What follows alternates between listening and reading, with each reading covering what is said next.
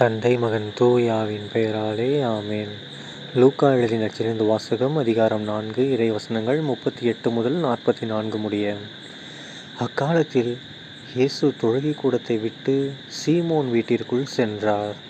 சீமோனின் மாமியார் கடும் காய்ச்சலால் துன்புற்ற நிலையில் இருந்தார். அவர்கள் அவருக்காக இயேசுவிடம் வேண்டினார்கள். இயேசு அவர் அருகில் நின்று காய்ச்சலை கடிந்து கொள்ள அது அவரை விட்டு நீங்கிற்று. உடனே அவர் எழுந்து அவர்களுக்கு பணிவிடை செய்தார். கதிரவன் மறையும் நேரத்தில் எல்லாரும் தங்களிடையே பற்பல பிணிகளால் நலம் குன்றி இருந்தோரை அவரிடம் கூட்டி வந்தார்கள். அவர் ஒவ்வொருவர் மேலும் தம் கைகளை வைத்து அவர்களை குணமாக்கினார்.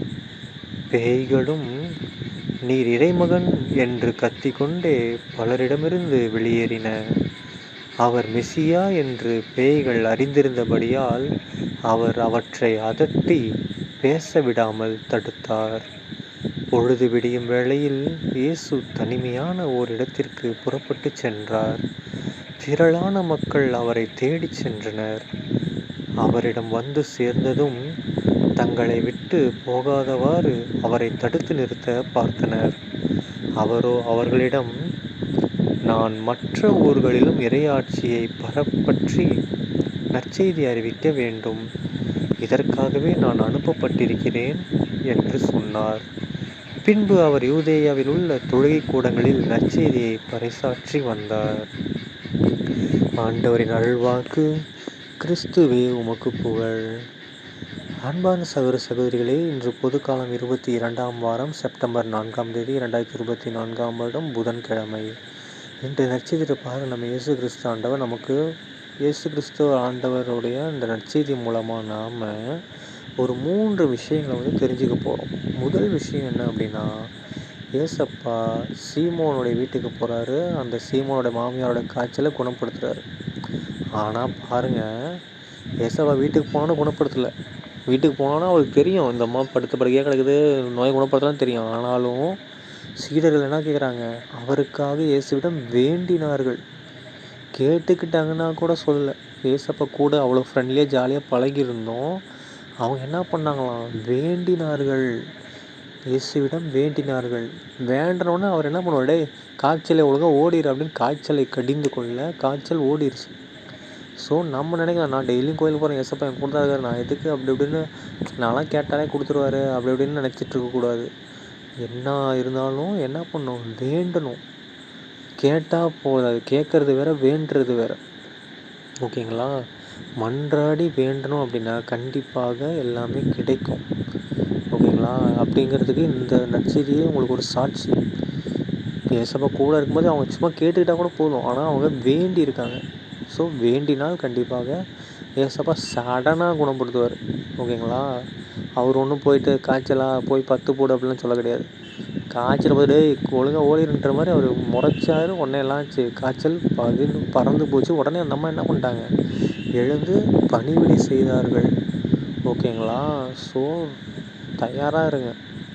ஏதாவதுன்னா உடனே ஏசப்பட்ட வேண்டுங்க. மன்றாடி முட்டி போட்டு அழுது ஜெபிச்சு வேண்டுனா கண்டிப்பாக கிடைக்கும். ஓகேங்களா? இரண்டாவது என்ன அப்படின்னா, பேய்கள் ஏசப்பாவை கண்டுபிடிக்குதுங்க. இறைமகன் அப்படின்னு கத்திட்டு ஓடுதுங்க. ஓகேங்களா? ஸோ நம்மளும் இதுலேருந்தே புரிஞ்சுக்கணும். ஏன்னா நமக்கு தான் சில அம்மானி விஷயங்கள்லாம் தெரியாது. அதாவது மறை உண்மைகள்லாம் நமக்கு தெரியாமல் இருக்குது. ஆனால் பேய்ங்க அந்த மாதிரி இருக்கிறவங்களுக்கு தெரியும். ஸோ ஒரு பேயே சொல்லிருச்சு இவர் இறைமகன் அப்படின்னு. அப்போனா புரிஞ்சுக்கோங்க. ஓகேங்களா? ஸோ நாமளும் புரிஞ்சுக்க ட்ரை பண்ணுங்கள். ஏசப்பா ஒரு இறைமகன் அப்படிங்கிறத புரிஞ்சுக்க ட்ரை பண்ணுங்கள். ஓகேங்களா? பேயே சொல்லிட்டு கத்திட்டு ஓடுது. ஒரு பேய் அதுவே சொல்லும்போது நமக்கு என்ன, நம்மளும் ஏசப்பா தான் கடவுள்னு சொல்லுங்கள். எல்லாத்துக்கு முன்னாடியே சொல்லுங்கள். யாராவது சொன்னாலும் அங்கே போயிட்டு எம்மதமும் சம்மதம் எல்லா சாமியும் ஒரு சாமி அப்படிலாம் பேசக்கூடாது. ஏசப்பா தான் சாமி, உங்களுக்கு தான் வெறும் கல். பட் அந்த மாதிரி பேசும்போது பிரச்சனை வரும், தேவையில்லை. என்ன பொறுத்தவரைக்கும் ஏசப்பா தான் கடவுள் அப்படின்னு சொல்லிட்டு போயிட்டே இருங்க. அதை விட்டுட்டு இந்த எம்மதம் சம்மதம் எல்லா கடவுளும் ஒரே கடவுள், ஒரே சாமியை தான் எல்லோரும் இப்படி இப்படி கும்பிட்றாங்க அப்படிங்கிற வார்த்தையே தேவையில்லை. பைபிள் எங்கேயாவது இருக்குதா அப்படி? இல்லை. பைபிள் என்ன சொல்லிக்கிட்டே அந்த வேற்று தெய்வத்தை வழிபடாதன்னு சொல்லுது பைபிள். ஸோ வேற்று தெய்வத்தையும் நம்ம தெய்வத்தையும் ஒன்று சேர்த்துறாதீங்க எக்காரணத்தை கொண்டோம். ஓகேங்களா? 3வது விஷயம் என்னன்னா, ஏசப்பாவை மக்கள் அவர் கூடவே வச்சுக்க ட்ரை பண்ணுறாங்க. விட்டு போயிடாதீங்க, என் கூடவே இருங்கன்னு ட்ரை பண்ணுறாங்க பாருங்களேன். எப்படி அழகாக இருக்குது பாருங்களேன். ஏசப்பா என் கூடவே இருங்க. நம்மளும் இருந்தால் என்ன பண்ணியிருப்போம்? நம்மக்கிட்ட இப்போ ஏசப்பா உங்கள் வீட்டுக்கு சாப்பிட வந்திருக்காரு. டேய் இன்றைக்கி சாப்பாடு உங்கள் வீட்டில் தானே வந்திருக்காரு, நீங்கள் அடுத்து சாப்பிட்டு முடியாது வெளியில் போக விட்டுருவீங்களா?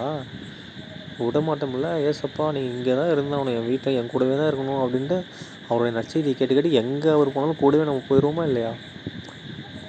இல்லை நான் எங்கேயாவது போகணுன்னாருன்னா கூட என்ன பண்ணிடுவோம், அவர் கூடவே நம்ம பற்றி கொண்டு போய்கிட்டே இருப்போம். என்ன இரவு பகல் பனி வெயில் மழை எதுனால தான் என்ன பண்ணுவோம், கூட போய்கிட்டே இருப்போம். தூங்குறதுக்கு இடம் இல்லைனா கூட எங்கே படுத்துனாலும் ஓகே, என்ன சாப்பாடுனாலும் அவர் வார்த்தையை கேட்டுகிட்டே நம்ம வாழ்ந்துருப்போம். கரெக்டுங்களா? அதே மாதிரி தான் அந்த காலத்துலேயும் மக்கள்லாம் எதிர்பார்த்துருக்காங்க. அவரை போக விட மாட்டேங்கிறாங்க, நீ என் கூட தான் இருக்கணுன்ட்டு. பட் இப்போ அப்போயாவது ஏசப்பா ஒரு ஆள், இப்போ நம்ம எல்லாருக்கிட்டேயும் இருக்கார். ஓகேங்களா? திருப்பலியில் நம்ம நன்மை வாங்கும்போது நமக்குள்ளே வராரு. இறை வார்த்தையை படிக்கும்போது அவருடைய வார்த்தை ஆவியான வார்த்தை நம்ம உடல் உள்ள போகும்போது அப்பயும் நமக்குள்ளே வராரு. ஓகேங்களா? ஸோ நம்ம கூடவே தான் இருக்கார்.